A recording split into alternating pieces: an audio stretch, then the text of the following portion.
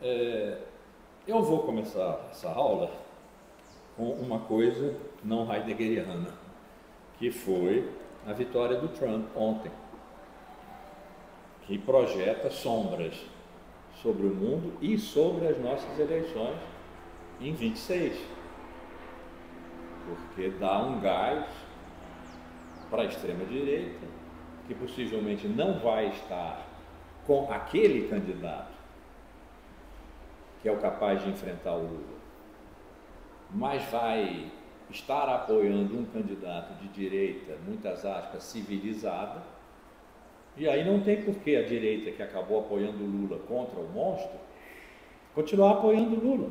Vai para o seu próprio lugar, vai para a direita. E com a esquerda só não se ganha. Então, existe a horrível probabilidade de, não tendo outro candidato a não ser o Lula para encarar a direita, o Lula vá para o sacrifício e perca. Além do que isso significa, em longa duração, uma direita neoliberal, desconstruindo os direitos sociais, etc., aquelas coisas todas, tem esse espantalho de que o líder popular da esquerda, centro-esquerda, no Brasil, ser derrotado na sua quarta tentativa, né? Então, esses são fatos e projeções de fatos para cenários, né? Claro, tudo pode mudar nesses 2 próximos anos, depois de se ter tido que fazer, se está fazendo, uma política econômica neoliberal, porque a situação encontrada foi catastrófica e para sair dela está sendo necessário uma coisa meio homeopática, similia similibus curantur, curam-se os semelhantes com os semelhantes. Então, enfim, está dando certo, no sentido que a inflação diminuiu, os juros estão caindo, mas vão aumentar, e o emprego está aumentando, mas isso não está chegando na percepção psicossocial, que a propaganda é péssima porque nós não vivemos nas redes. Então, o que isso tem a ver com a filosofia? E o que tem a ver com a verdade? Tudo.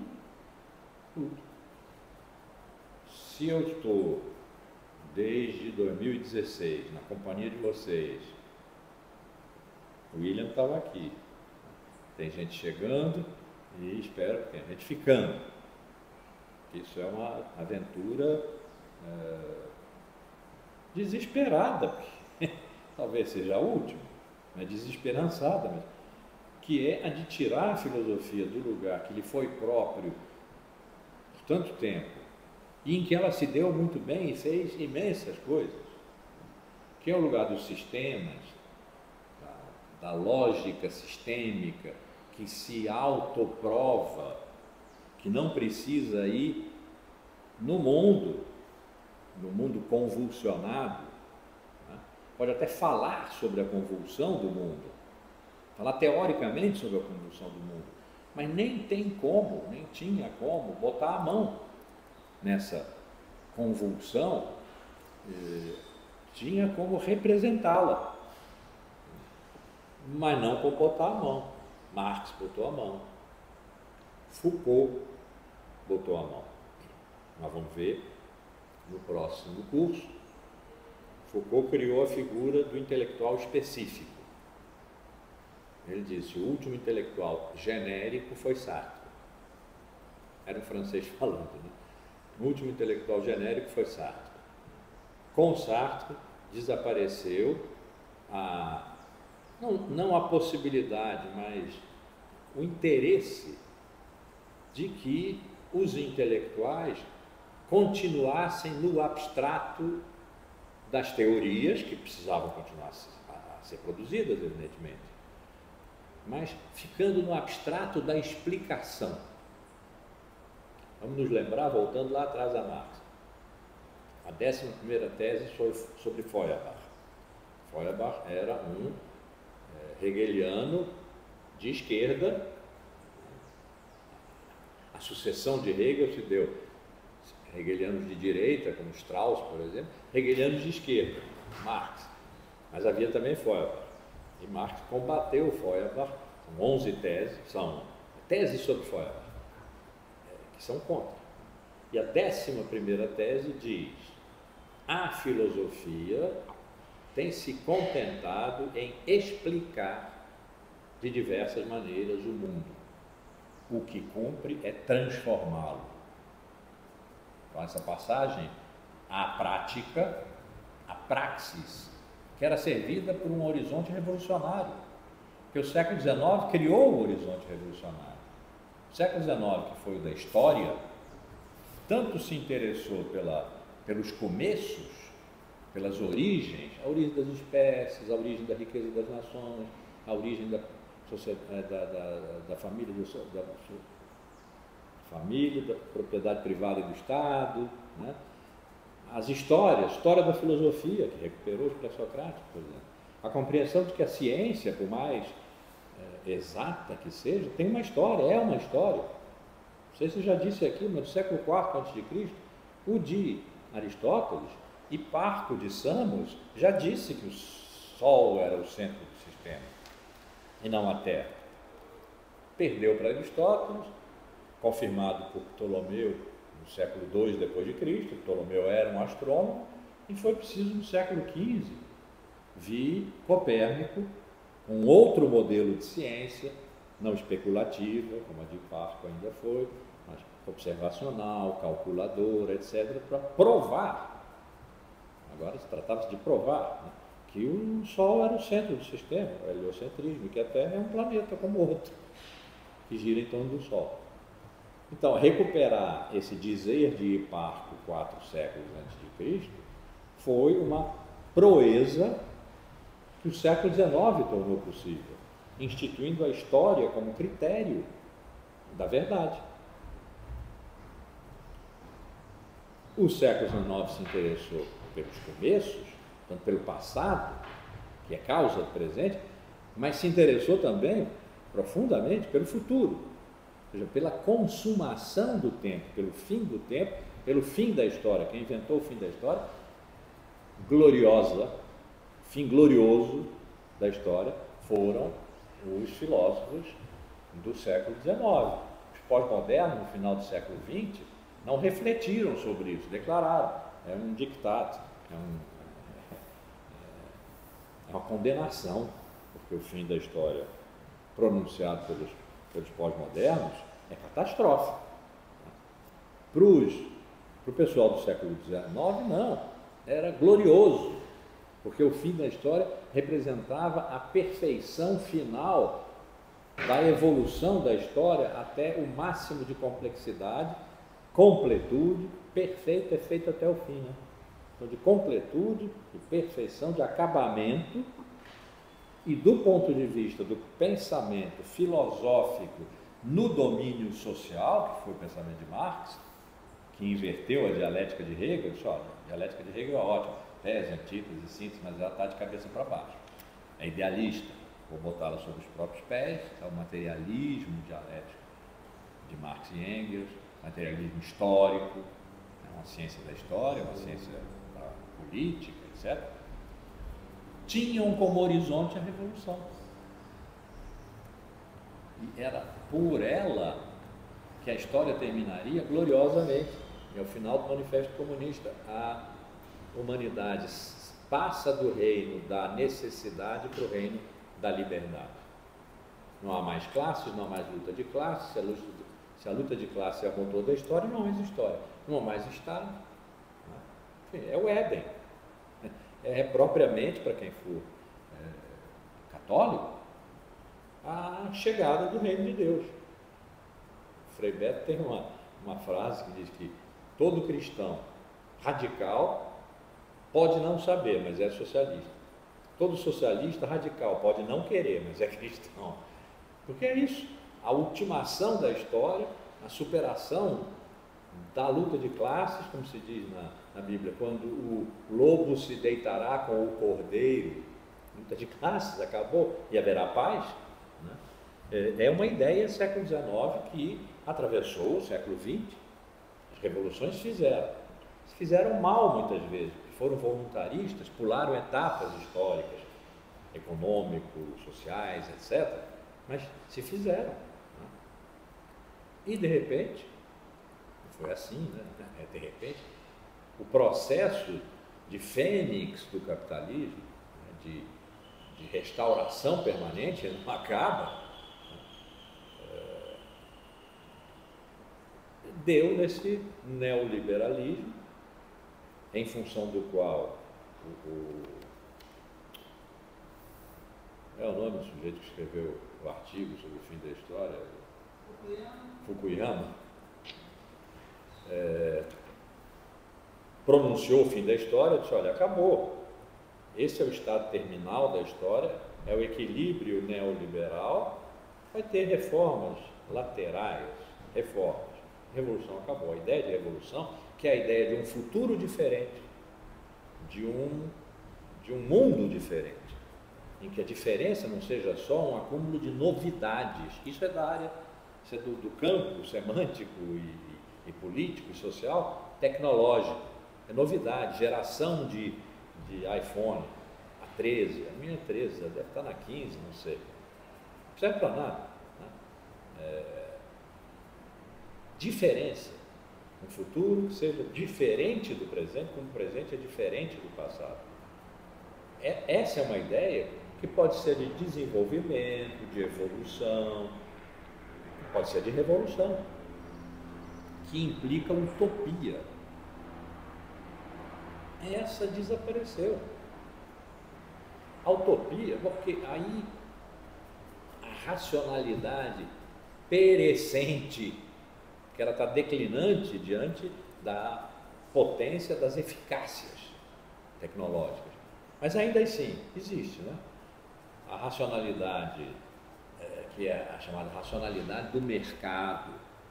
O mercado tem uma racionalidade, a oferta e procura tem uma relação de racionalidade. Se tem muito, custa pouco. Se tem pouco, custa muito. Isso é uma racionalidade.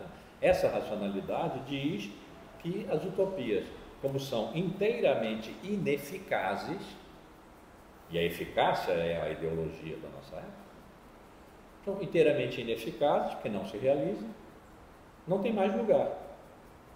Bom, é verdade que uma utopia não se realiza. A utopia essa metáfora é banal, mas eu gosto de usar porque ela nos dá alguma coisa a pensar. É a linha do horizonte. Não se chega lá. Quanto mais se nada na direção dela, estamos no grande mar, né? Saindo do deserto de Nietzsche, estamos no grande mar, indo na direção do maravilhoso oásis que está lá no horizonte. Às vezes a gente tem uma visão, né, que é uma imagem, como no deserto se tem, né, as miragens. De repente se vê um oásis, ele não está lá. Nós vamos nadando na direção do horizonte. Cada 10 braçadas nossas são 10 braçadas que o horizonte se afasta.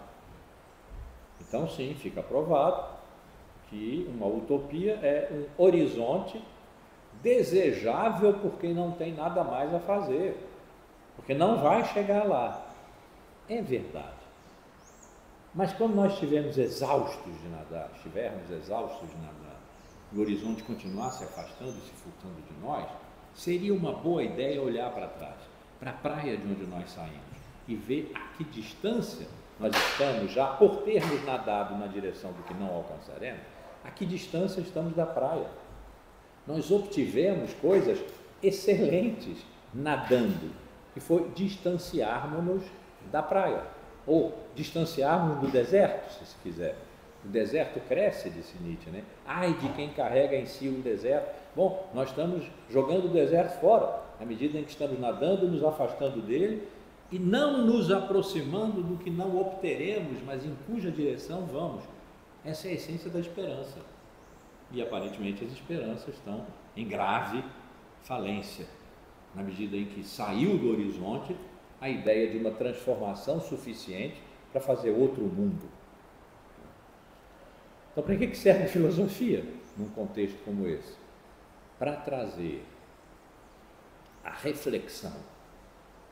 Se nós tivermos perdido a capacidade de refletir,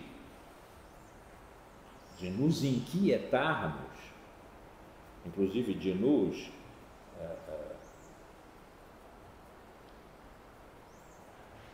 indignarmos, se nós tivermos, porque isso tudo é da ordem da reflexão.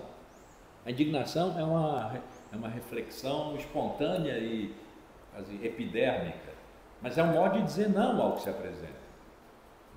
E a reflexão é isso, é um duvidar do que se apresenta. Os grandes filósofos ou pensadores da dúvida, né? Foram Marx, Nietzsche, Freud. Não foi um filósofo de carteirinha, mas caramba, como pensou, né?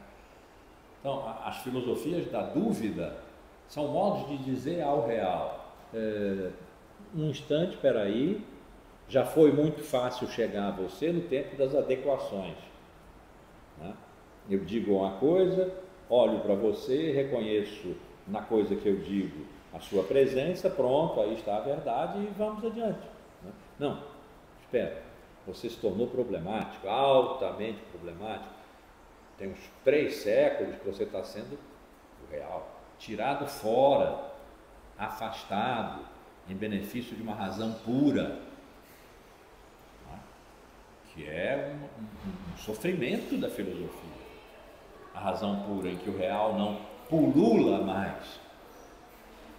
Na segunda consideração intempestiva de Nietzsche, é o segundo livro dele, depois do Nascimento da Tragédia, as considerações intempestivas. A segunda é, intempestivo significa fora do seu tempo, né? A segunda é sobre as vantagens e desvantagens de se estudar história. Ele faz uma crítica feroz ao historicismo da sua época, século XIX, século da história. Ele diz: a história vale muito se servir à vida.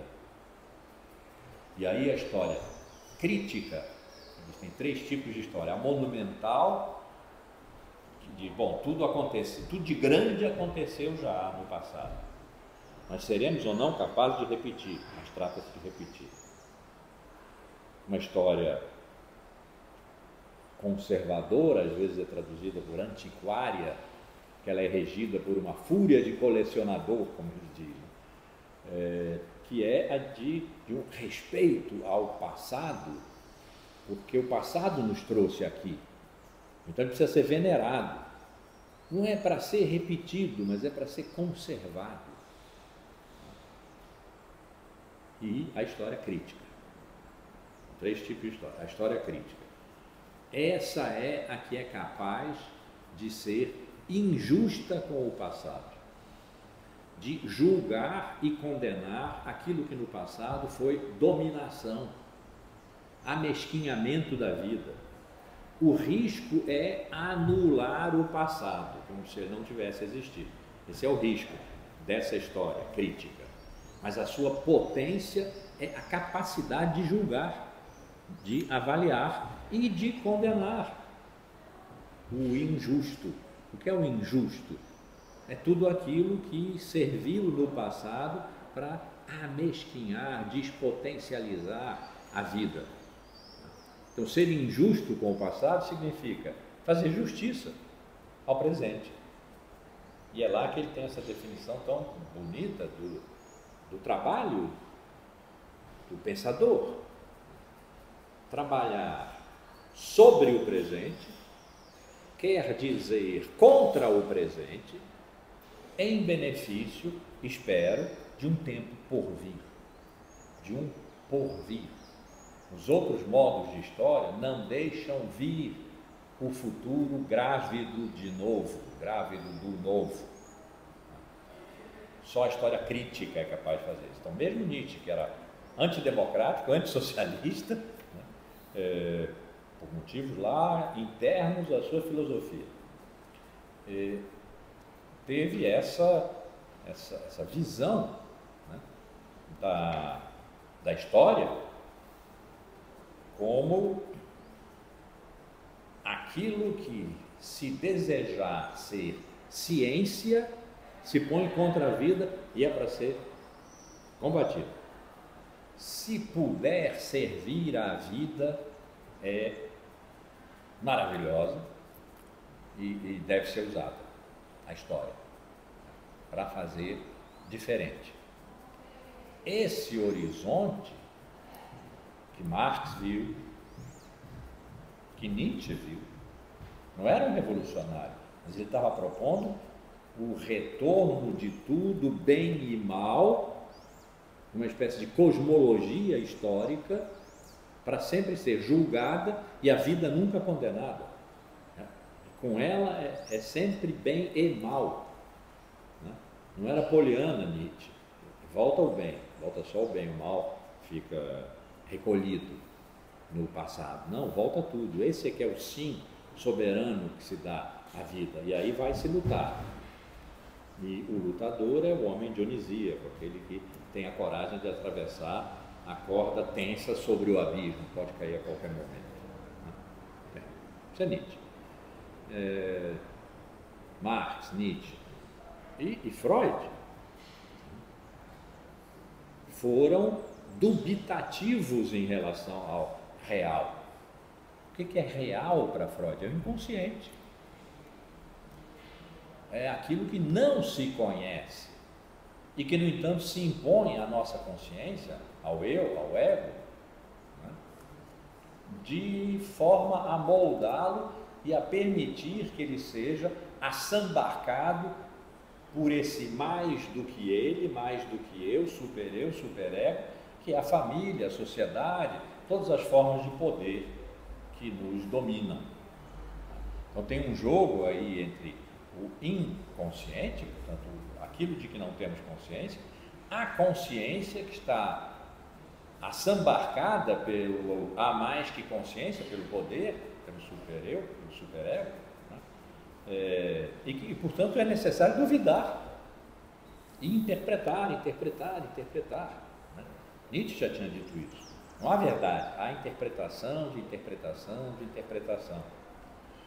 Quando Freud estabeleceu que a psicanálise não é o funcionamento de um aparelho de memória frente a outro aparelho de memória, mas é uma interpretação do que a consciência não é capaz de produzir, daquilo que só aparece em falhas do inconsciente, os sonhos, os xistes, os atos falhos, aí se interpreta, e é aí que o real do sujeito aparece, pode aparecer, né? Então, duvidar do que se apresenta como real é um modo de tomar a sério o apresentar-se do real, e não simplesmente pô-lo de lado, como Descartes fez. Não posso confiar nisso, porque vem pelos sentidos, os sentidos enganam, tudo está aqui. Ou Berkeley, eu repito essa frase dele sempre, porque é um espanto. Eu vou produzir a minha filosofia sem levar em conta a hipótese de um real externo a mim, porque a sua materialidade me é embaraçosa. Século XVII, ao XVIII, ao XIX, do idealismo hegeliano. Aí entra Marx, aí entra Nietzsche, aí entra Freud e sua descendência filosófica, né, no século XX. Então, duvidar, e o epidérmico de duvidar é indignar-se. Questionar, já não como talvez os pré-socráticos tenham feito, criando um novo sistema de linguagem que não é mais a narratividade mítica que conta os feitos dos heróis, dos deuses. É um modo de voltar sobre si mesmo, o real tal qual aparece, fiz a explosão, voltar sobre si mesmo, conter num logos que apacenta, como quem apacenta um rebanho quando o reúne. Depois ele se dispersa de novo, de noite, reúne. Então, isto sendo a dinâmica do questionar, que é um novo sistema de linguagem, que vai produzir um novo regime de verdade, né? Esse é o meu esquema de análise sempre. Não é um sistema de pensamento, é um esquema de análise, é heurístico. Fazemos a experiência da nossa habitação, hoje é a nossa habitação no planeta, da nossa habitação entre o que nós não somos, daí sacarolham-se sistemas de linguagem novos e daí derivam regimes de verdade novos. Isso é uma época que nós podemos analisar, então, segundo seus axiomas, segundo seus paradigmas e tal, até chegar na nossa e tentarmos entender de onde ela veio e o que podemos fazer com ela. É o que eu tento fazer a vida inteira, tenho tentado fazer mais ou menos a vida inteira. Então, hoje, questionar, Heidegger está nos ensinando, formular questão, pôr-se a caminho da questão é aprender a pensar. E nós vamos acompanhar Heidegger até o fim desse seu trabalho, olhando para ele com a esperança de que volte a ser possível pormos-nos no caminho de uma questão, seja qual for a questão, a técnica, a verdade, o que for, o planeta, o cosmos, pormos-nos a caminho da questão que nos conduz a lugar nenhum, os Holzwege, como ele chamou, quer dizer, os caminhos que se perdem no meio da floresta. A tradução em francês é chemin qui ne mène nulle part, caminhos que não levam a parte alguma, mas caminhar é preciso. É como aquele nadar, né, na direção do horizonte. Caminhar é preciso. E questionar é esse pôr-se a caminho do que não se sabe. Né? Quem sabe a gente consegue recuperar isso. É na ordem de um esperar para ver, que é talvez o que nos sobre fragilmente de esperança. Mas então, em relação ao real, que merece dúvida, merece no sentido muito positivo, ele é merecedor de algo, não de ser expulso ou ignorado, merece dúvida, porque merece ser levado em consideração. Levar o real em consideração, no plano do próprio real, não lá em cima, num sistema de pensamento fechado, no plano do próprio real, é o plano em que nós vivemos, em que realmente vivemos. Podemos duvidar, mas não podemos negar, porque é a realidade da nossa vida, das nossas existências concretas.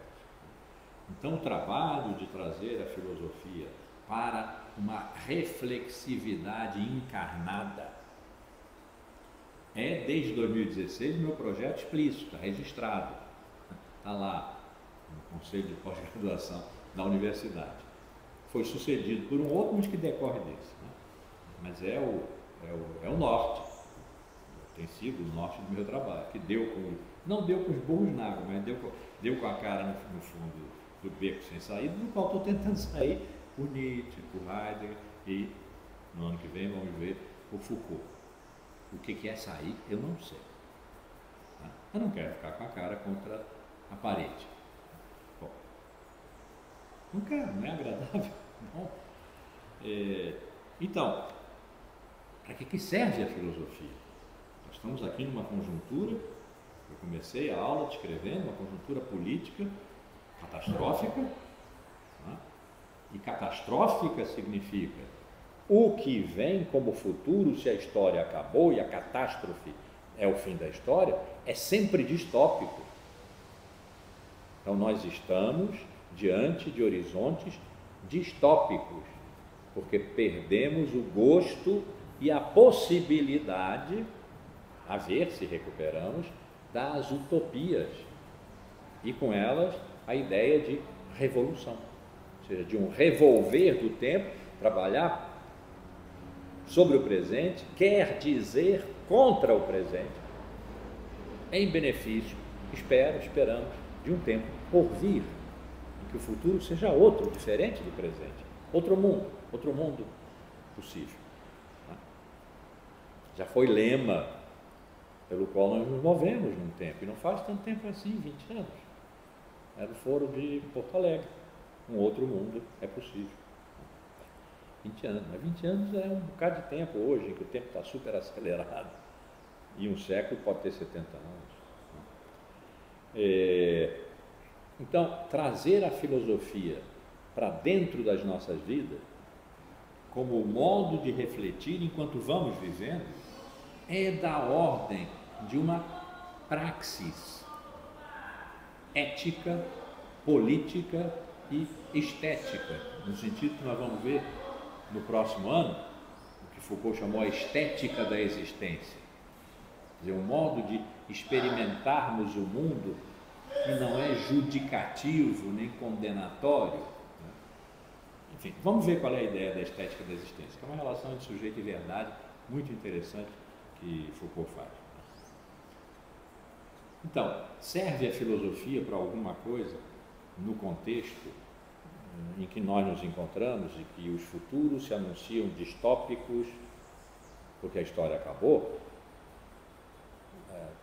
Deveria servir. Se nós formos capazes de encontrar para ela um solo, e acompanhando Heidegger aqui, um fundamento para uma reflexividade nova que não seja igual a uma racionalidade lógica ou sistêmica, muito menos a prática de mercado, que declara ter uma lógica. E quando se faz uma coisa, tem-se uma determinada reação. Relação de causa e efeito, é uma lógica. Né? Encontrarmos esse caminho é o que eu estou tentando fazer já a essa altura há 8 anos. Né? Talvez a gente tenha dado juntos aqui alguns passos, não sei.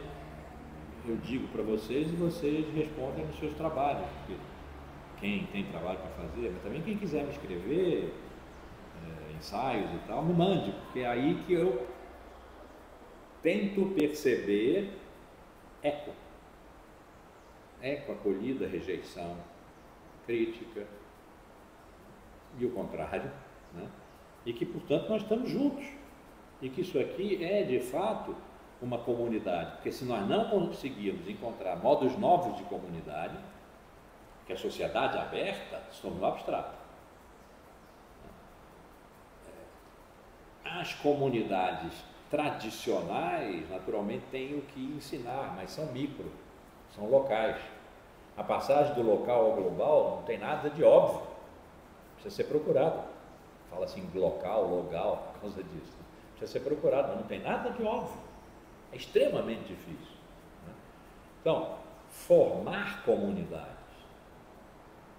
produzir comunidades enquanto vamos vivendo. Isso aqui é uma comunidade. Nós vamos vivendo aqui nessa comunidade um pedaço bom das nossas vidas. Quem vem aqui 2 vezes passa 8 meses sobre 12, tira uns 2 de férias aí, né? Passa quase todo, vamos dizer, os dias úteis, os meses úteis do ano, nós passamos juntos. Isso aqui é uma comunidade. Né? Então, eu estou fazendo aqui uma parte esperando que vocês façam outra, que me mandem coisas. Podem ser sinais de fumaça, podem ser coisas no zap, podem ser pequenos textos. Né? Os trabalhos, quando alguém pergunta, como é que é o trabalho? Reage. É reagir. Você tem uma tese para fazer, uma dissertação. Em que toda essa churumela aqui tocou a sua tese? Reage. Porque eu vou recolher essa reação. E ela vai alimentar um próximo curso. Não vai ficar guardada, latejante lá, porque é como eu trabalho com as ideias, acho muito gostoso. Eu não faço delas objetos de inquérito, como se fosse um policial a descobrir um crime. Objetos de inquérito, tudo objetivo, aí congela e eu perco o interesse. Eu deixo flutuarem. Um dia vem, outro dia vão, outro dia vem com alguma outra que colou nela. Eu já disse isso aqui muitas vezes, né? Mas é que me agrada isso. E acaba dando esse modelo dos meus cursos, que é velho como a Sé de Braga, que é espiralado. Estou passando sempre pelo mesmo lugar. Vocês vêm aqui, quando eu estou lendo, né? Passo sempre pelo mesmo lugar, mas um ponto acima. É o mesmo lugar, mas um ponto acima. Então, é uma espiral. virtuosa. Não é um círculo vicioso. É virtuoso porque não é um círculo fechado. É uma espiral, e a espiral é um círculo aberto. E isso precisa ser alimentado pelas pessoas com quem eu faço comunidade. São vocês nesse momento. É o IDEA, o grupo de pesquisa que eu criei há 43 anos, para pensar nas pontas, para pensar contra as disciplinas, indisciplinadamente, transdisciplinarmente, mas indisciplinadamente, né? E nós vamos assim, nos alimentando, nos estranhando, nos amando. E aqui também, né? Estou fazendo um apelo, pronto. Me mandem coisas, digam coisas, né? Aqui não cabe, às vezes, meu tempo é curto e tal, mas vocês têm tempo para pensar, para elaborar, para mandar um sinalzinho, um soneto, né? Uma página. Me lembrei agora, como disse, uma página, uma aluna da graduação, foi uma das minhas melhores alunas. Fez um trabalho de 6 páginas. E aí tinha uma que se chamava A Sétima Página. Na 7ª página ela se botou pensando para mim.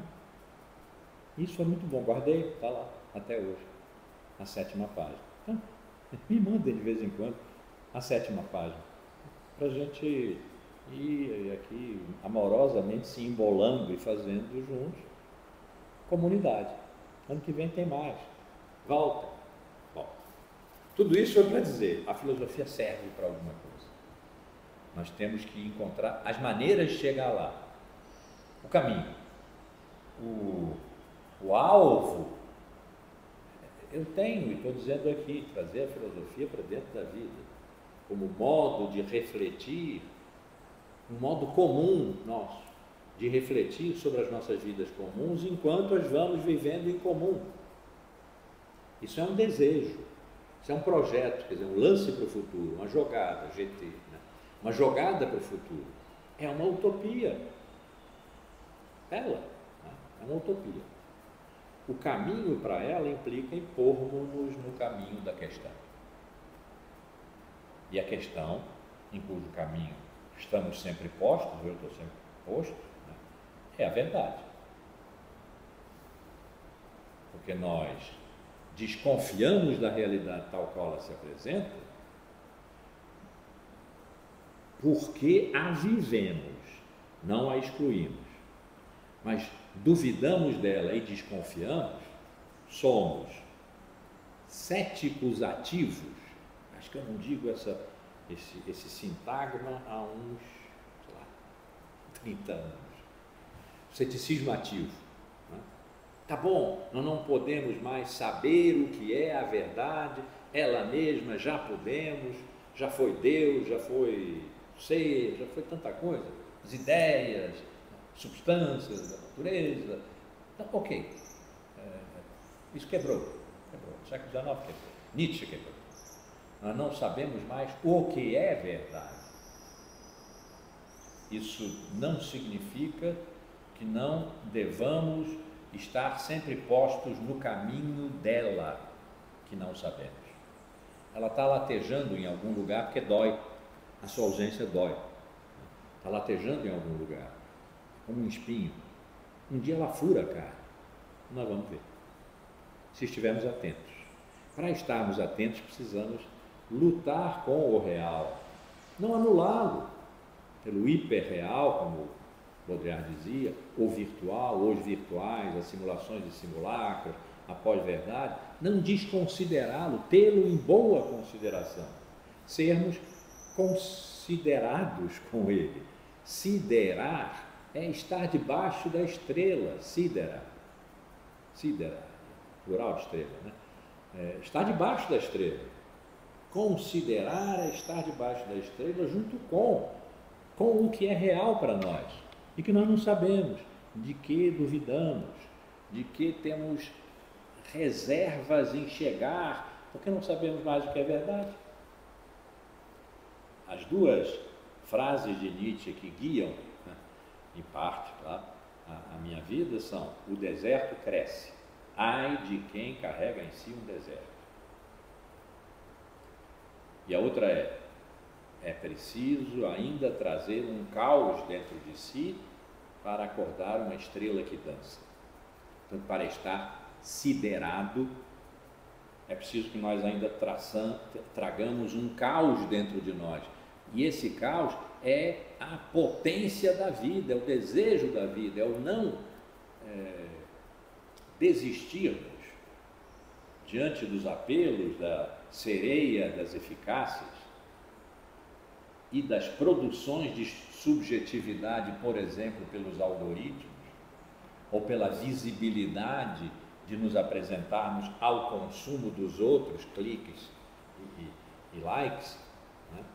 Mas de estarmos apaixonadamente dentro e com as vidas comuns, banais, nada de muito transcendente, não, que vamos vivendo e que as vivamos com alegria amorosamente.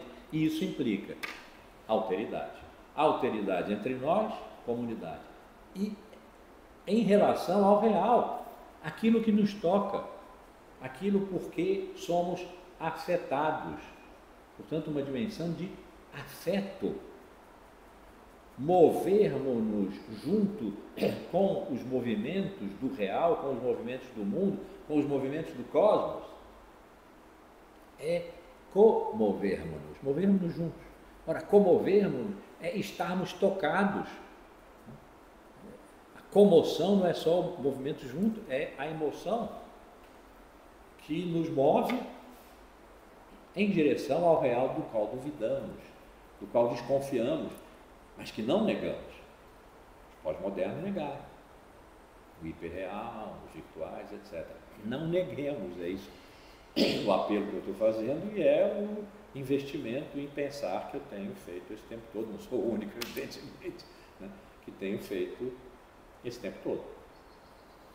E isso quer dizer, voltando aqui ao nosso texto, isso quer dizer movermos-nos junto com o real, implica em movermos-nos na direção dele, ele, no entanto, sendo o que não é óbvio para nós. Agora vamos pôr isso em linguagem heideggeriana. Pormos-nos no caminho da questão implica em deixarmos vir a totalidade do ente que não sabemos e irmos livremente na sua direção para acolhê-lo e apresentá-lo num enunciado. Esse é o núcleo duro do pensamento de Heidegger nesse texto nosso aqui sobre a essência da verdade, em que agora nós estamos num ponto, para mim, emocionantemente crucial. Ele disse, foi como nós terminamos a aula passada, que o homem se ocupa da realidade corrente, que pode ser dominada,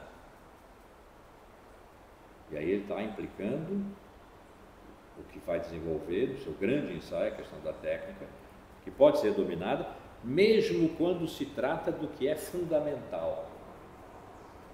O homem, em tudo isso que ficou dito até agora, né, tem a pretensão de dominar inclusive o fundamento, quando o chama de causa.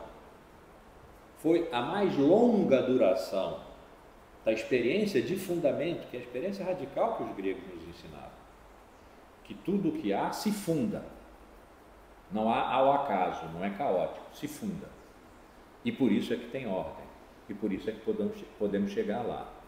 Ora, a experiência de fundamento que mais longamente foi feita, desde Aristóteles, é a de causa. O fundamento de algo é sua causa. Só se conhece esse algo se conhece sua causa, que é outro algo. E é outro algo significa, nós podemos conhecer as causas. Isso significa dominar os fundamentos. Então, o homem ocupa-se com a realidade nesse sentido de dominá-la, lida com os entes na medida dos seus projetos dele homem e necessidades correntes. Citando, instalar-se na vida corrente equivale em si à recusa de reconhecer a dissimulação do que é esquecido. Vamos nos lembrar que agora ele está tratando da dissimulação. E o que é a dissimulação? De que ela decorre? Da liberdade que o homem tem de não ir. Quando a totalidade dos entes, quando o mundo, o real, nos termos de que eu vinha falando nessa aula aqui, né? Quando o real se apresenta, não ir. Não ir. Vamos dizer que os pós-modernos fazem isso. O que Descartes fez? Não vou. Porque aí só encontro engano, aparência. Só encontro aparência. E eu desvalorizo as aparências. O homem que, usando sua liberdade, não vai. Ele desvaloriza as aparências, ele sabe que não são verdade. Ora, o que é que Heidegger está dizendo? O não ir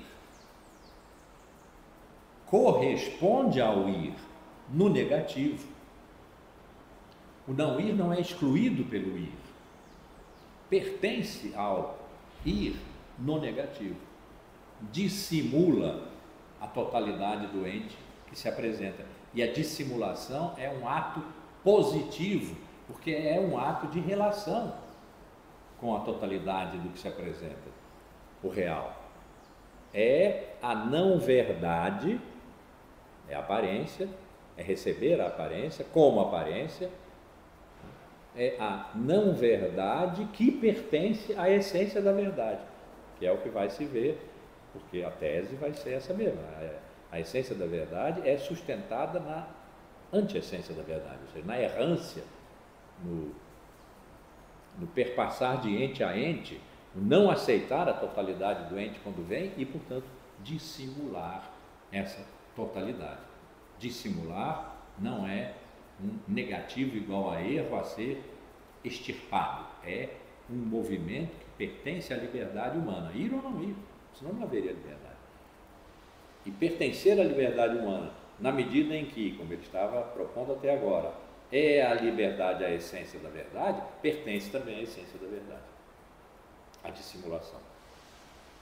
Então, quando o homem se instala na vida corrente para dominar os seus fundamentos, segundo os seus do homem projetos e necessidades correntes, ele se recusa a reconhecer a dissimulação dessa maneira positiva, como relação à totalidade dos entes, a dissimulação do que é esquecido. Do que é esquecido significa da totalidade dos entes que se manifestam. Está aqui soando como um acorde ou uma nota que está lá nas linhas suplementares da pauta, mas soa no nosso ouvido a letra.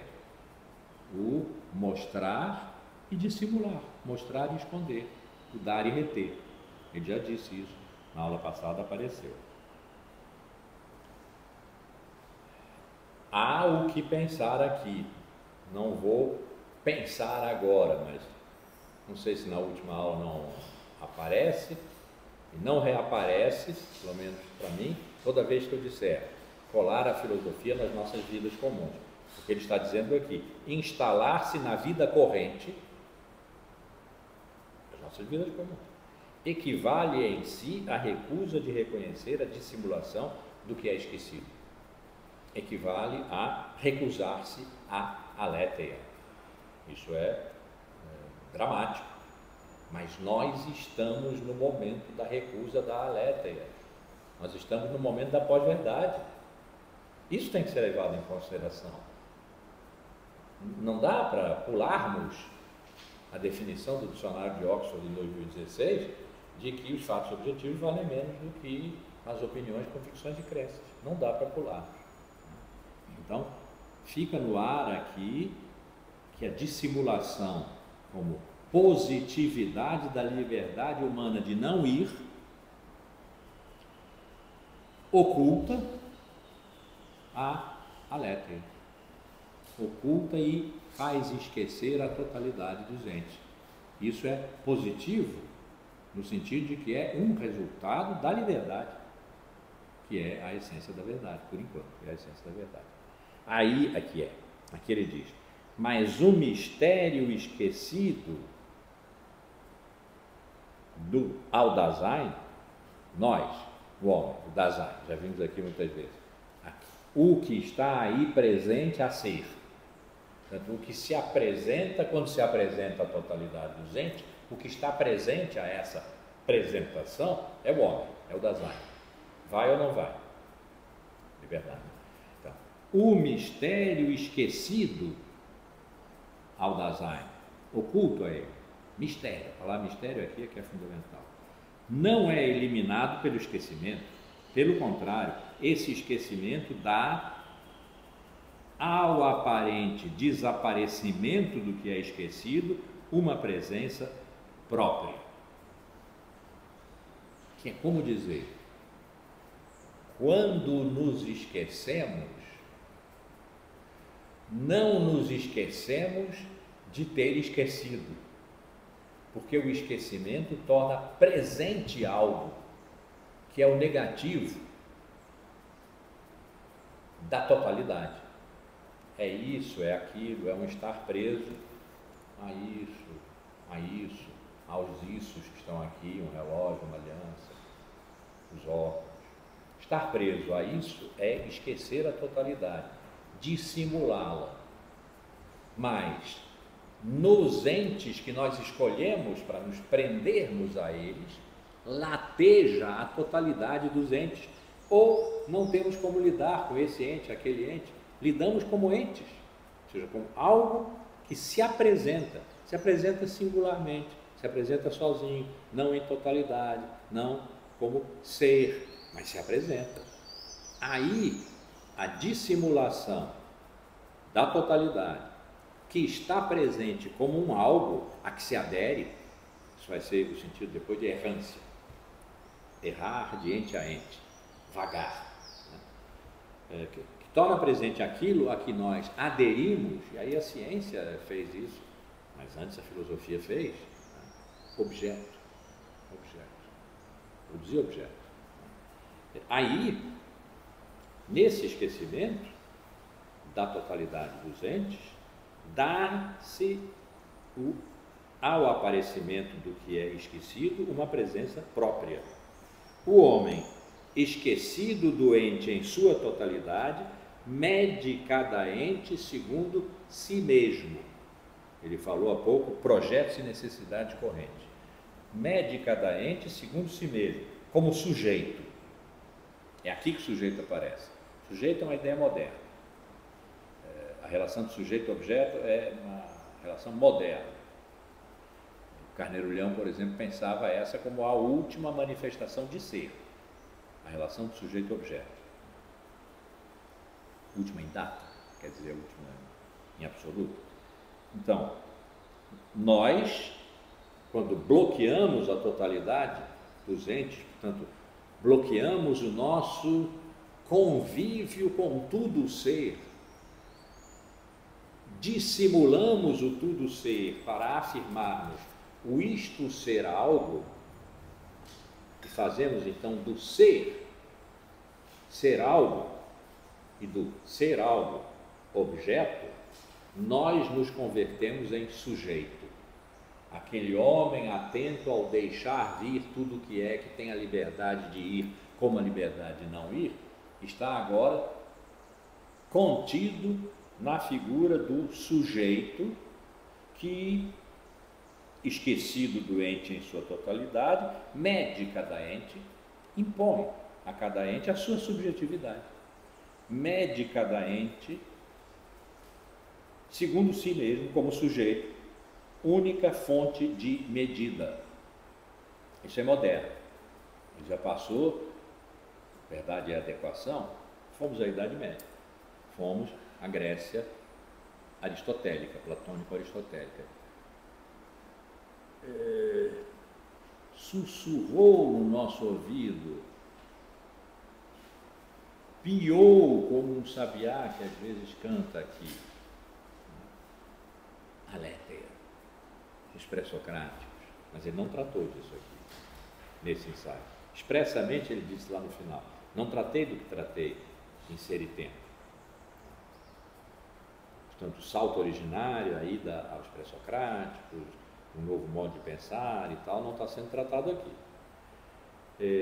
Mas nesse esquecimento, a humanidade insiste em si mesma, sem se dar conta de que assim se apoia, citando agora, na relação pela qual o homem não apenas existe, portanto, inquire ser, mas ao mesmo tempo insiste, quer dizer, se tensiona sobre o que lhe oferece o ente na medida em que aparece de si mesmo e em si manifesto. Quer dizer, a humanidade, na medida em que recusa-se ao mistério de ser, ao mistério da totalidade,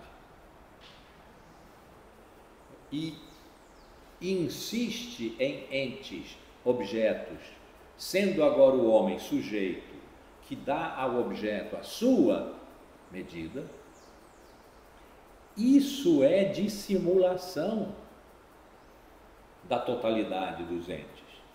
E já vimos, dissimulação é uma positividade da liberdade de ir ou não ir. Então, o que se dissimula aqui é o ente em sua totalidade. Ele não está excluído pela adesão a este ente, aquele ou aquele. Não está excluído, pelo contrário, aderir a entes e não antes a nada, essa é a questão da filosofia. Leibniz colocou assim e Heidegger disse, esse é o fundamento da metafísica, porque há algo e não antes nada.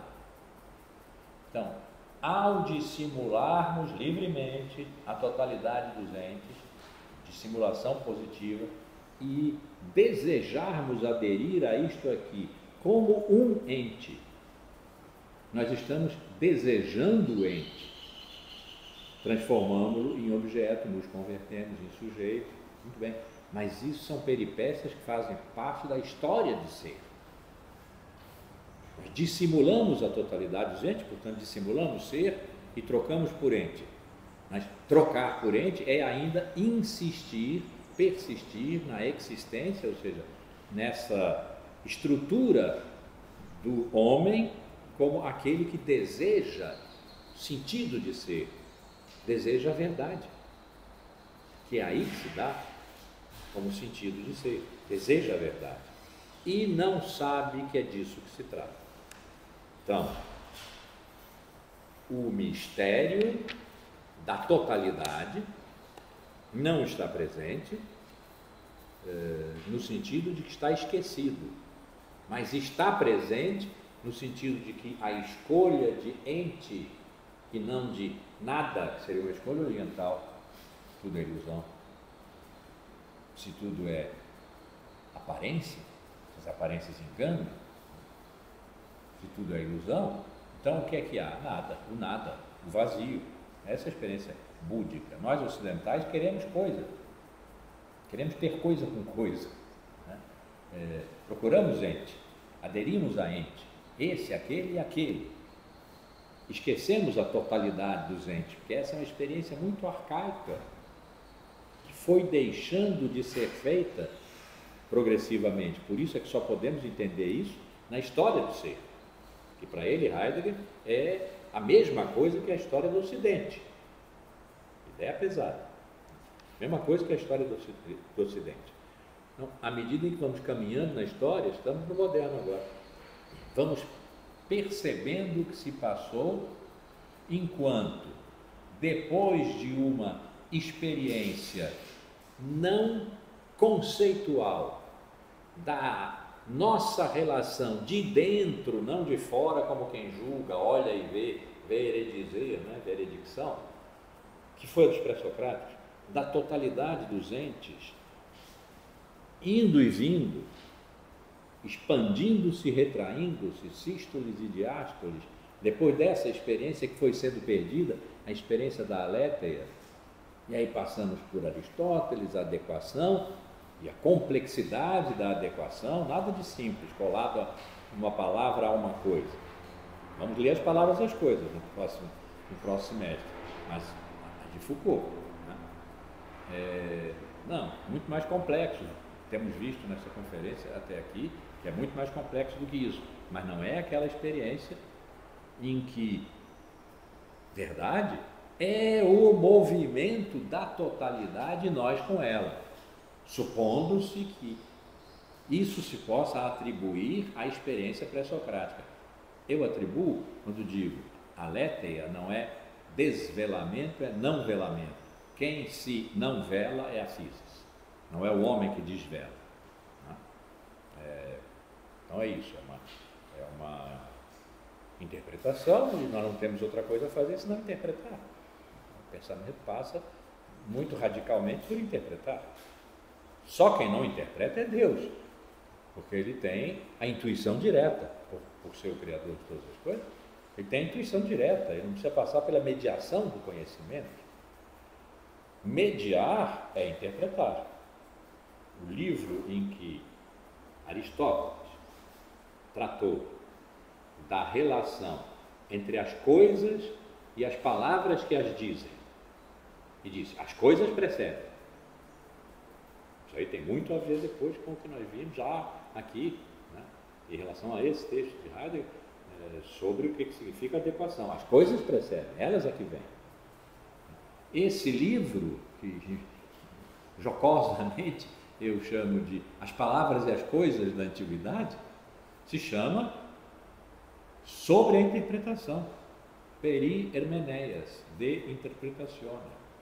O ato do conhecimento é, antes de mais nada, um ato de interpretação do vir das coisas que precedem o nome que nós lhes damos.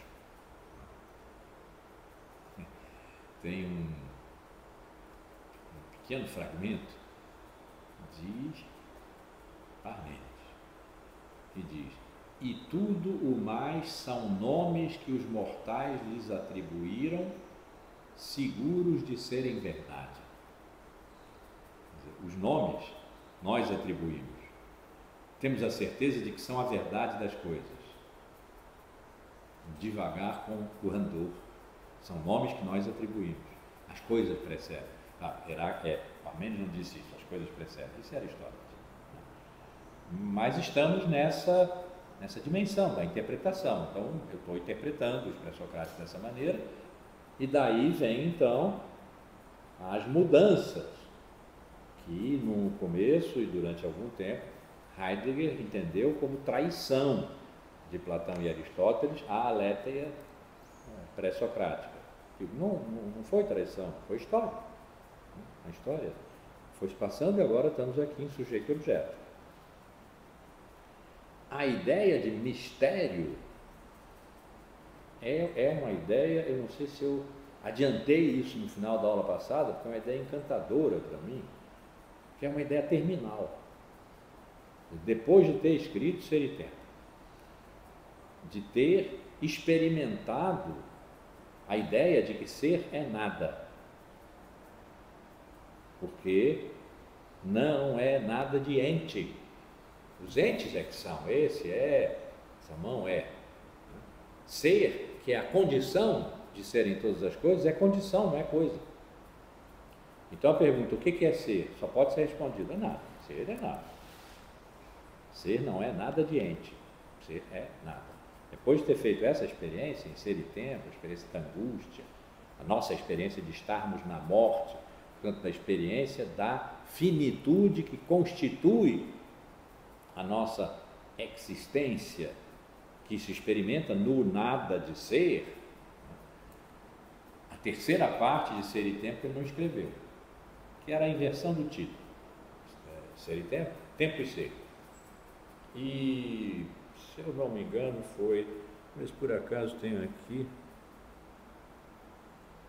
não, acho que em 53 ou 57, uma conferência com esse título, Tempo e Ser.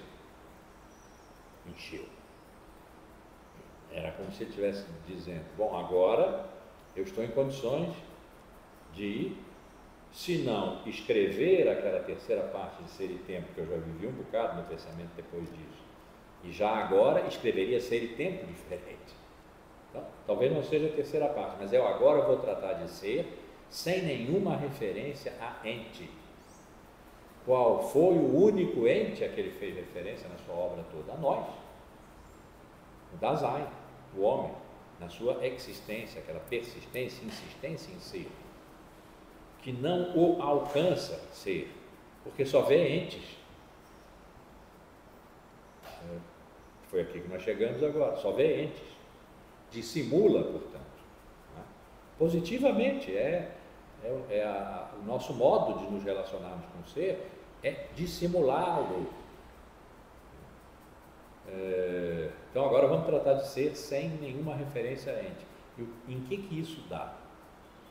É que em Ser e Tempo e livros posteriores, não aquele monumental e ilegível, mas que eu vou ler durante uns 2 anos e um dia trago para cá, em que ele fala de um outro começo, o Deus no extremo, coisas alucinadas e alucinantes.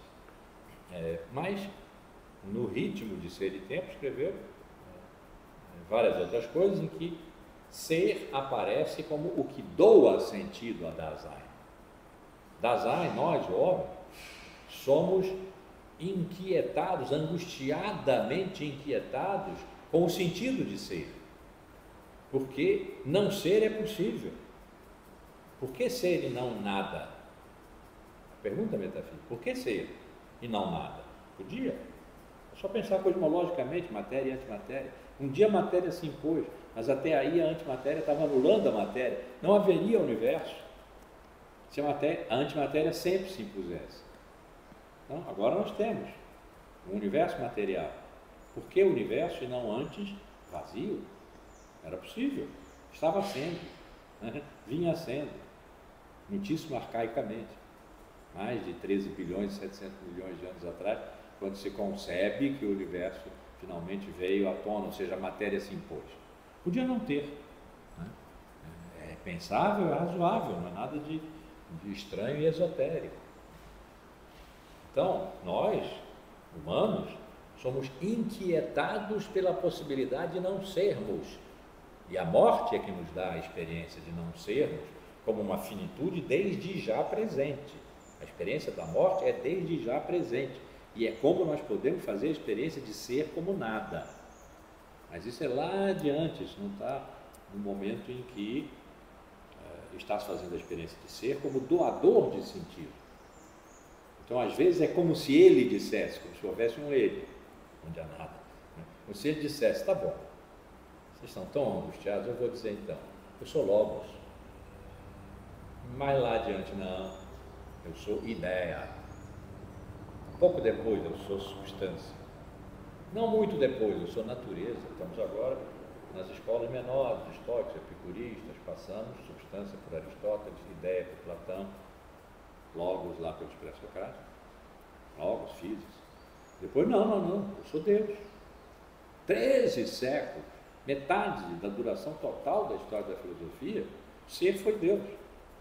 Isso quer dizer, esta foi a maneira de que nós fomos capazes, durante 13 séculos, de interpretar ser para nós, para dar sentido à nossa existência e não deixá-la perecer no vazio, na morte. Criou-se inclusive a ideia do além-morte, da ressurreição. Depois eu, ser, sou sujeito. 17, 18, até Kant, final do 18, depois como assim? Eu sou história, tudo passa. Heráclito tinha razão, Parmênides não. Tudo passa. O passado é que faz presente, vai produzindo, todo o século XIX, por aí, depois do século XX, a dúvida. Né? Ser ou não ser, eis a questão, mas a questão está pendente de uma decisão que nós não somos capazes de tomar. Ser ou não ser, porque não ser é possível. E aí, quando se fala em pós-verdade, hiperreal, simulações, simulacros, fakes, a potência do falso. O que se está dizendo, na verdade, vivemos numa dimensão de não ser, se ser é a dimensão da verdade, que não há mais. Então, nesse texto, nessa conferência, da qual se escreveu um protocolo, ela foi tão importante que os filósofos todos europeus que estavam ali, alguns discípulos de Heidegger, outros não, que estavam ali, Fink, Gadamer e outros, escreveram um protocolo de leitura da conferência Tempo e Ser que Heidegger autorizou, de modo que frequentemente o protocolo é publicado junto com a conferência. Como ler, como ouvir a conferência Tempo e Ser. Uma virada. E lá ele disse, agora não tem mais referência a ente, né? Então ser não é mais doador, porque doador supõe um receptor do dom que ele dá, que é o sentido, que é a verdade. Não, ser é o dom. Ideia quase incompreensível. Ser é o dom. Então quem é o doador? Pergunta que não pode ser feita. Porque quando se pergunta quem é o doador, a resposta já está na pergunta, porque o verbo ser está determinante aí. Quem é o doador, seu filho? O doador é algo. Ora, nós estamos saindo do regime do algo, que é o regime dos entes, pensar ser sem nenhuma referência a ente. Então perguntar quem é o doador do dom não pode ser feita. Essa é uma pergunta que não pode ser feita. E o que Heidegger diz então? Aqui é mistério. É mistério. Não é um enigma. Enigma pode ser decifrado, é um escondimento de simulação, por exemplo. Pode ser decifrado. Um bom detetive filosófico decifra o enigma do doador. Não é um enigma, é mistério. O mistério não pode ser penetrado pelo pensamento nem pela linguagem como nós os praticamos até agora. A filosofia acabou, só cria confusão. O pensamento é o que há de mais arriscado, o pensamento que pensa depois da filosofia acabar. É o que há de mais arriscado porque precisa pensar contra si mesmo. É o estatuto da dúvida, né? Do não dar como certo aquilo que se diz como verdade. Já passamos disso e passamos por isso. Quem pensa? Poeta. O poeta pensa porque não lhe é perguntado nada. Portanto, ele não tem resposta para dar. Ele não fica aflito. Ele inspira. A gente chama de inspiração, né? Ele inspira mistério. Respira, devolve. É o poema. O poema o que é como em semantema, noema, fonema, é o ato, né, da poiese, da criação. O poema é o ato de criar, que é o que, na expiração da inspiração do mistério, o poeta, o criador, todos os criadores, o poeta faz. Então, pensa agora o poeta. Não somos mais nós os filósofos. Está na entrevista, vimos no ano passado. Está na entrevista. Um outro pensar. E esse outro pensar, quem o sustenta? O poeta. No ambiente da técnica em que nós vivemos, o pensar da filosofia acabou. O que a substitui, pergunta o Spiegelman, a cibernética. A cibernética não pensa porque a ciência não pensa. Temos que preparar poeticamente o advento do Deus, porque já só um Deus nos poderá salvar. Essa é a grande frase, é o título da entrevista, mas nós não sabemos que é Deus, né? Certamente ele diz claramente, não nessa entrevista, mas em vários outros lugares, não é o Deus histórico, Deus cristão, Deus judaico, Deus foi criado religiosamente. Deus não tem religião, então não é uma proposta religiosa, mas ele usa a palavra Deus. Mais uma vez usou na Carta sobre o Humanismo. Se Deus ou os deuses advirão ou se ocultarão na aurora da salvação, é coisa que não podemos decidir, uma coisa assim. E usa nesse livro espantoso sobre o vir à presença, que é Eignes, né? Traduzido em português horrorosamente por o acontecimento, apropriação, nem sei o que isso pode querer dizer, então não traduzo.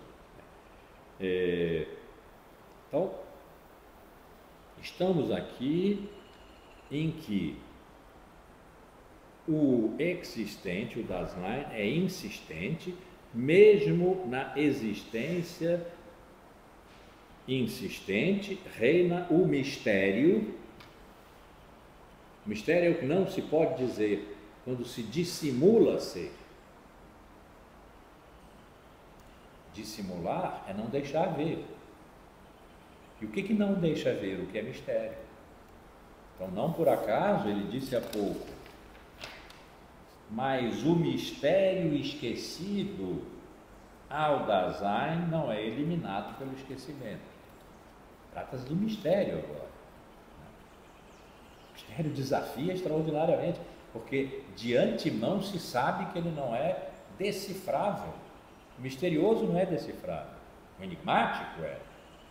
A gente era garoto, não sei o quê. Vocês não são muito jovens, a Márcia, Marcela, mas o Celso, com certeza, os dois Celso, a Ana, não, a Ana é juveníssima. Tinha um negócio, umas revistas chamadas Cartas Enigmáticas. A gente tinha que decifrar o enigma e no final era, sei lá, boas festas, fulano de tal. Era uma carta enigmática, cheia de signos, que a gente então traduzia. Tinha uma cara, menos ará, então era só o K. E assim ia aí. Enigma se decifra, mistério não. Então, isso, mesmo na existência insistente, reina o mistério como essência esquecida e assim tornada inessencial da verdade. Inessencial quer dizer o quê? Até agora nós estávamos lidando com o ser como aquilo que se dá em sentido, de modo que quando o ser, a totalidade do ente, quando o ser se põe na clareira, se põe no aberto, se nós tivermos, usando a nossa liberdade, o bom senso de irmos, de cedermos à precedência de ser e a recolhermos e presentarmos no enunciado, nós estamos recolhendo o sentido de ser. Não estamos produzindo o enunciado, estamos recolhendo e apresentando. Até agora foi isso. Agora, a partir da dissimulação, nós estamos indo para o inessencial da verdade, quer dizer, aquilo que no ir como no não ir, oculta a verdade, oculta ser na sua totalidade, ente na sua totalidade, oculta ser pela dissimulação. Na dissimulação nós insistimos, porque não perdemos de vista ente, mas nos concentramos neste e naquele, como sujeitos, nós e objetos deles. Estamos nesse ponto. Então, a não-verdade, é agora disso que se trata, mais de uma vez foi dito, a anti-essência da verdade, a essência da não-verdade. Sétimo tópico, a não-verdade, que é a essência, é fundamento da essência da verdade. Já vimos, a dissimulação nos diz isso. Né? Dissimulação entendida como positivo. Portanto, a não-verdade, insisto, não é o erro a ser jogado fora, a ser deletado. É a ocultação da presença da totalidade dos entes, no entanto, presentes, como um ente, outro ente, outro ente. Então, o fundamento da verdade agora, depois de ter sido a liberdade, depois de ter sido a concordância, depois de ter sido a adequação, é a não-verdade. E a não-verdade como o quê? Já vimos como dissimulação, vamos dar um passo adiante agora. Um passo adiante significa um mais profundo, mais profundo, mais profundo. mas na direção do último fundamento a que somos capazes de chegar. Porque a ser não chegamos, mas o mais perto, o último fundamento a que somos capazes de chegar, tocando as franjas do mistério, isso será o poeta. Aquela vizinhança benfazeja de que da experiência de pensar, que a gente leu aqui em parte no ano passado, ele diz: tem uma vizinhança benfazeja do pensamento, que é o poeta que canta. Então, nas franjas do mistério vai chegar o poeta. Mas, por enquanto, nós vamos descendo até onde pudermos ir. E é a não-verdade, a essência da verdade, como, enquanto errância. Errância. A palavra erro está vigorando aqui. A palavra errar, como vagar, vagabundear entre os entes, também. E as duas colam uma na outra. Isso é que quer dizer, o erro não é para ser anulado pela correção do pensamento. A correção do pensamento é a lógica. E nós estamos a quilômetros, léguas da lógica, que lá estava em Aristóteles.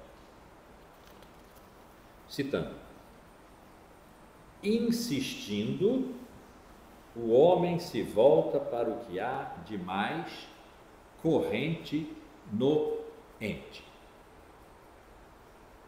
Estamos falando agora de errância. E errância é entre este e este e este. Tudo é ente aqui. Tudo é da dimensão de ser, mas de ser isto, não a totalidade. Ser isto, aquilo outro. Então, insistindo, o homem se volta para o que há de mais corrente no ente. Mas só pode insistir na medida em que existente, quer dizer, persistindo no sentido de ser, o que está agora oculto, está dissimulado, mas é uma persistência que aparece na adesão a entes, né?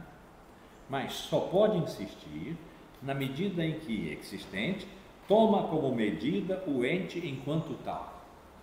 Então, a medida da nossa adesão, vai se ver daqui a pouco, errância, a nossa adesão a ente e a errância de ente a ente, a medida disso só pode ser o ente enquanto tal, quer dizer, a entidade, como essência do ente. E isso em que aparece? Na totalidade do ente, não naquele, como uma essência no sentido habitual, no tradicional do termo. Qual é?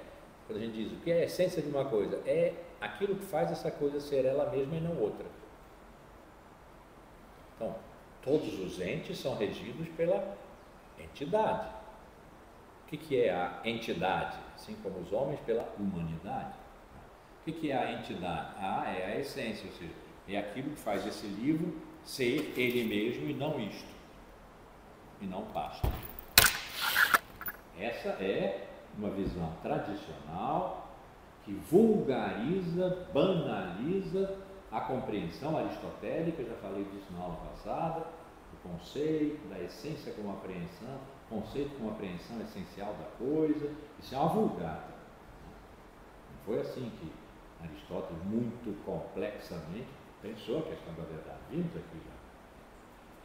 Então, só na medida em que temos os olhos postos no ente enquanto tal, que só aparece na totalidade dos entes, não deixando nada de fora, que alguma coisa que fique fora não pode ser, não pode não ser. Então, só na medida em que tenhamos os olhos postos no ente enquanto tal, na sua totalidade, é que podemos aderir a um ente ou outro ente, levar em conta esse ente, outro ente, aqui nos olhos, esse livro, o marcador do livro, entes. Mas nós não temos os olhos postos na entidade, ou seja, na totalidade dos entes, em tudo que há no cosmos. para pensar em termos nossos contemporâneos. Tudo o que há hoje não é o mundo que nós construímos contra a natureza para nos protegermos do seu perigo, da sua desmesura, do seu caos. É a totalidade do cosmos, com suas violências, com suas atrações e repulsões, com suas gravitações e seus buracos negros que espelham. É a totalidade do que há em que nós estamos. Pequenino grão de areia, esse bicho da terra tão pequeno, como Camões intuiu. Nós não estamos de olhos postos na totalidade. Os cosmólogos estão, mas eles não pensam, desconhecem. Mas nós temos que andar hoje muito próximos da ciência. A filosofia, se quiser entrar no domínio das nossas vidas comuns, não na obsessão das vidas correntes segundo nossos projetos e necessidades, mas nas nossas vidas comuns como pensáveis, precisamos levar em consideração os conhecimentos que a ciência nos oferece, as ciências sociais e humanas, para mim muito especialmente, mas aí cada um escolhe aquilo de que sente falta, né? Para mim é a cosmologia, muito próximos aí, sem nos confundirmos. Então, a totalidade dos entes é hoje, para mim, a totalidade da matéria que nos fez poeira de estrelas. Isso é verdade, nós somos poeira de estrelas, né? Isso não é uma metáfora. Nós não temos em vista a totalidade, pensantemente. Os cosmólogos conhecem, tentam conhecer. Pensantemente, reflexivamente, não temos em vista a totalidade dos entes, porque a obnubilamos, uma palavra que ele já usou, pela dissimulação. Mas, portanto, é o que eu estou dizendo agora, mas a humanidade é desviada do mistério. O mistério é ter os olhos postos na totalidade que não sabemos. Isso que eu falei há pouco, da conferência Tempo e Ser. A humanidade está desviada disso na medida em que o acúmulo de objetos, e hoje então na sociedade de consumo, o acúmulo de bens a serem consumidos, o que inclui nós mesmos, nossos corpos, subjetividades, dar-nos a ver, visibilidade, enfim, tudo isso, o acúmulo de coisas, o acúmulo de bens, o mundo mercado. Nós, a humanidade ocidental pelo menos, mas hoje na globalização já é talvez possível falar em uma humanidade mais ampla do que a humanidade ocidental, é desviada do mistério. A conversão ao que é corrente e essa aversão existente de simulação ao mistério vão de par. O estarmos desviados da totalidade dos entes e sermos avessos ao mistério. O mistério implica alguma transcendência. Na nossa cabeça parece isso. Quem sabe fale de Deus, somos avessos a isso. Nós vemos sociedades sem transcendência, de pura imanência, né? Em que o sentido não se dá. O que se dá é o uso, é a eficácia, é a utilidade. Então, a conversão ao que é corrente e essa aversão existente humana ao mistério vão de par, são a mesma coisa, resultam da agitação inquieta do Dasein de ente a ente, errância. Citando, o homem erra. O homem não cai na errância num momento dado. Ele só se move na errância porque é insistente em existir, ou seja, impor-se na dimensão da totalidade do ente, mas sem olhar mais para ele, por causa da pressa, por causa da aversão ao mistério, né? Olhando só para os entes. Isso é que é estar na errância. Mas isso decorre da insistência em existir. Senão a errância seria simplesmente o erro. convertamos-nos a alguma coisa, uma religião, uma ideologia, qualquer coisa que nos tire do erro. Não. Já vimos desde a simulação, isso é positivo. Então, ele só se move na errância porque insiste em existir esta existência, em ser existente, e assim se encontra sempre já na errância. É como dizer, o lugar próprio do homem é o erro, é o errar, é a errância, o próprio, o habitual. Como ele chamou aqui,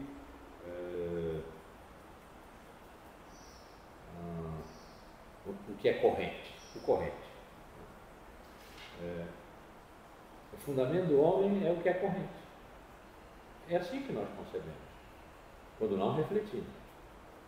Mas nós não refletimos quando concebemos assim, porque não refletir é aquilo mais adequado ao estarmos na errância, indo de ente a ente, um pouco perdidaços, mas indo de ente a ente, aderindo, agarrando. Também está lá em Parmênides, de ente a ente adere. Estamos nessa.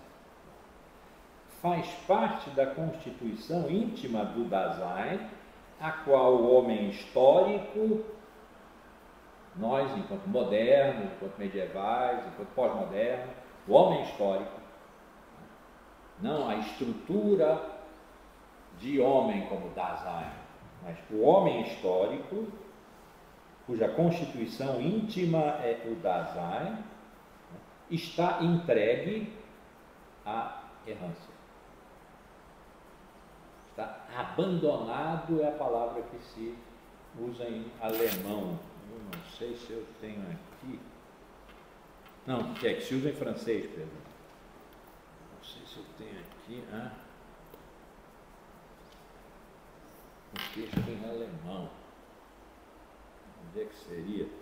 A não verdade enquanto errância.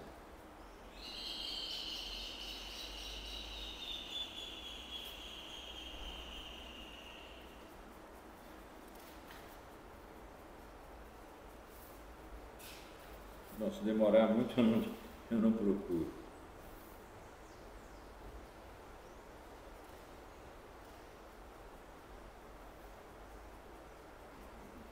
Onde estaria isso?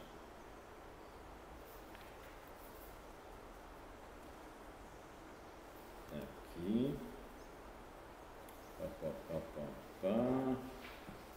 Even. O homem erra.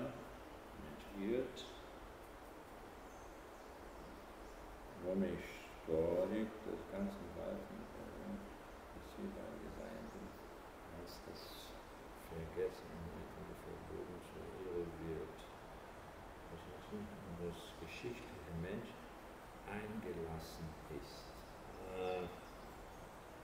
Interessante. A tradução francesa é abandonné. Abandonado, eu interpretei como entregue, não abandonado, e a palavra em alemão, pena que o Isaías não está aqui para eventualmente me corrigir. Hein? Então procura aí, peraí, agora eu perdi.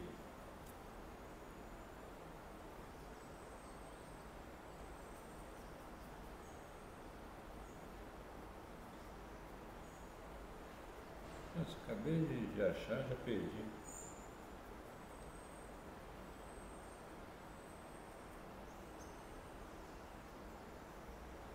Chicken-Mensch. E-I-N-G-E-L-A-2-S-E-N.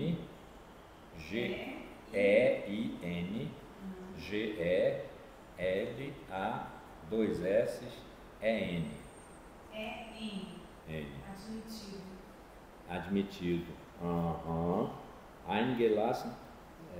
Lassen é deixar, gelassen é participo passado, deixado, e ein é dentro.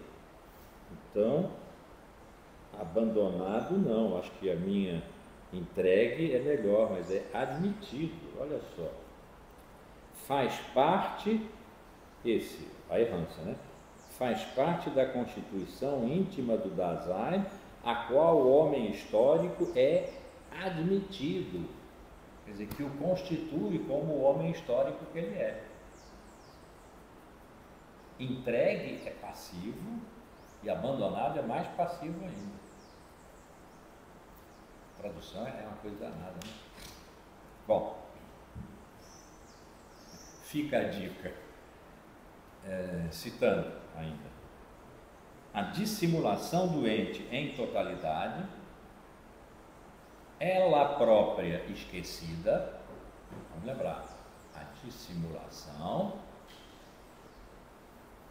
oculta ser, oculta a totalidade dos entes nas aparências e não se dá conta de que faz isso. Senão se daria conta de que está errando, de que está errado, de que não era isso que devia fazer. Então, a dissimulação faz esquecer a totalidade dos entes, obnubila ser e se esquece disso. Portanto, naturaliza-se. A dissimulação se naturaliza. Então, a dissimulação do ente em totalidade se afirma no desvelamento do ente particular, que, como esquecimento da dissimulação, constitui a errância. O que é o ente particular? Esse livro. Nesse livro está a conferência A Essência da Verdade. Esse livro é a conferência. Nesse está em francês, traduzido. Nesse está em alemão, original. Eles são diferentes, um ente, outro ente, mas pertence a ambos o mesmo modo de ser ente, que é livro. Distinto desse bloco em que esse livro, porque eu estou usando aqui a tradução francesa, se contém resumidamente por um lado e transcritamente por outro lado. As referências são quase as mesmas, mas tem três entes aqui. Então, desliguei aqui, não, bati com força. Então, a dissimulação do ente em totalidade se afirma no desvelamento do ente particular. Desvelamento disso, como diferentes, que são, no entanto, igualmente entes, ou seja, que igualmente são, mas não são igualmente, não são a mesma coisa. Há aqui uma diferença, a questão de identidade e diferença entra aqui. Então, a errância é constituída pelo esquecimento da dissimulação, que não deixa vir a totalidade do ente, tudo que é, a totalidade do existir, né? E é aí que a errância, como esquecimento da dissimulação, se dá. Citando a frase fundamental dessa parte: a errância é a anti-essência fundamental da essência originária da verdade. Devagar. Digamos assim, andando para trás, temos a verdade. A verdade tem uma essência. O título da conferência é sobre a essência da verdade. A verdade tem uma essência.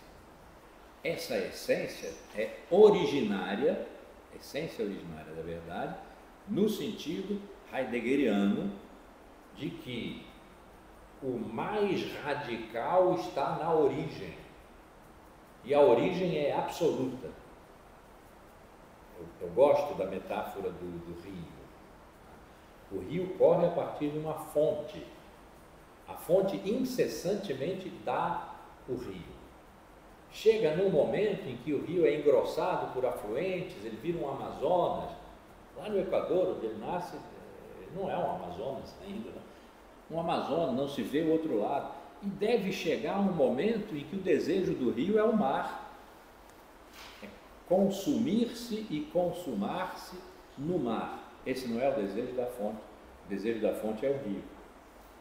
A fonte é o rio no mais arcaico, origem, no mais arcaico do seu ser rio, que nunca passa. A fonte nunca passa, o rio passa. A fonte nunca passa. Então Heidegger está sempre procurando o originário, que é um modo do absoluto.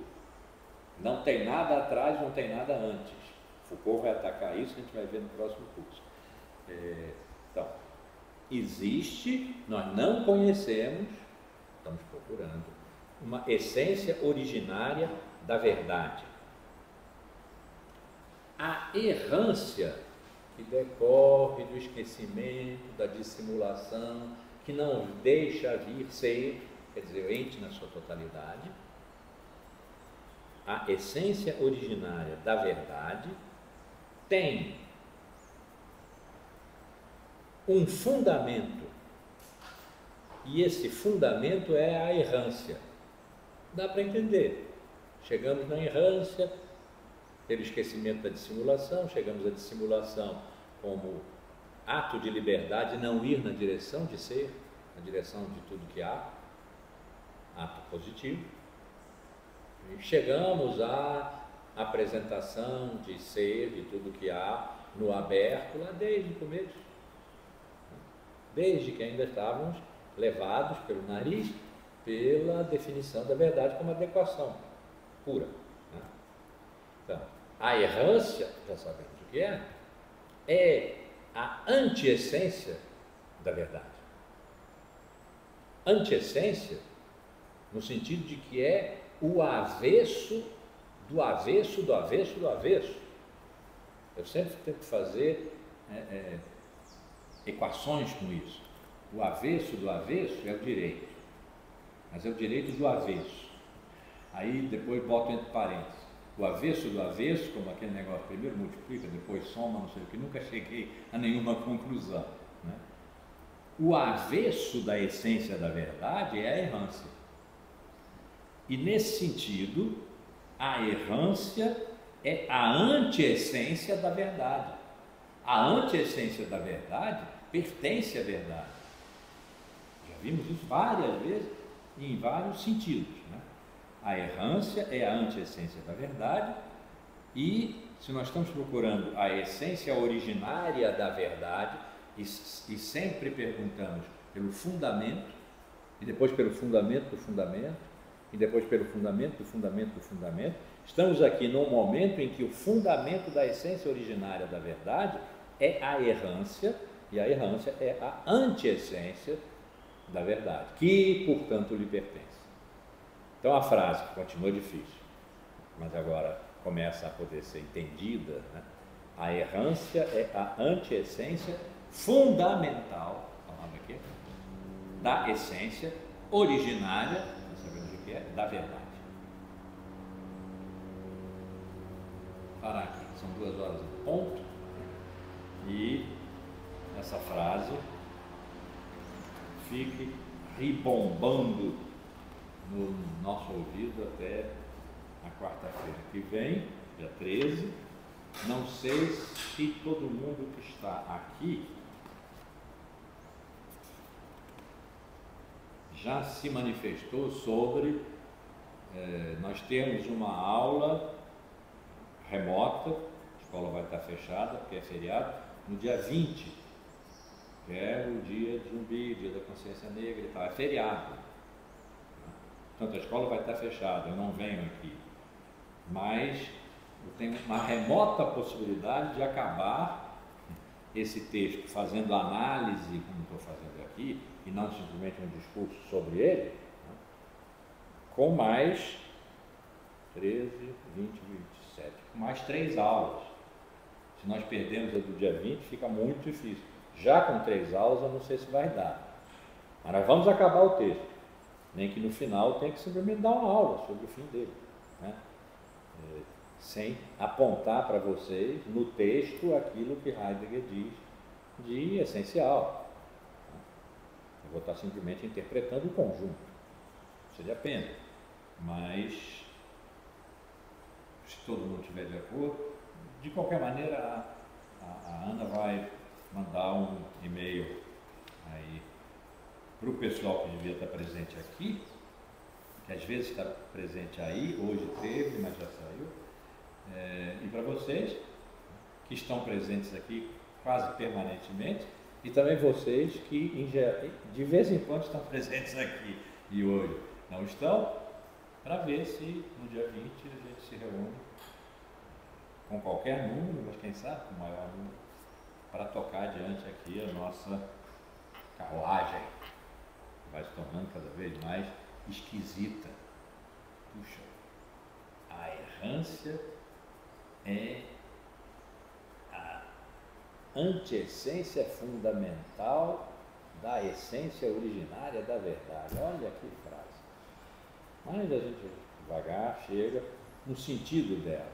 O resto é o pensamento de Heidegger, não temos que aderir a ele, fazer dele o nosso guia espiritual, coisa nenhuma. Entender o movimento em que ele está nos pondo aqui, junto com ele, né, a caminho de uma questão que nos faz imensa falta hoje, a questão da verdade. Nos faz imensa falta hoje, porque nós vivemos no domínio da verdade, em que uma questão como essa simplesmente não faz sentido. O não fazer sentido é o fundamento da pergunta sobre o sentido da verdade. Fui à forra agora com essa frase em relação àquela do Heidegger. É porque não faz sentido a verdade hoje que pôr em questão a verdade faz sentido. A ver, né? Mas acho que essa é mais fácil de entender a priori.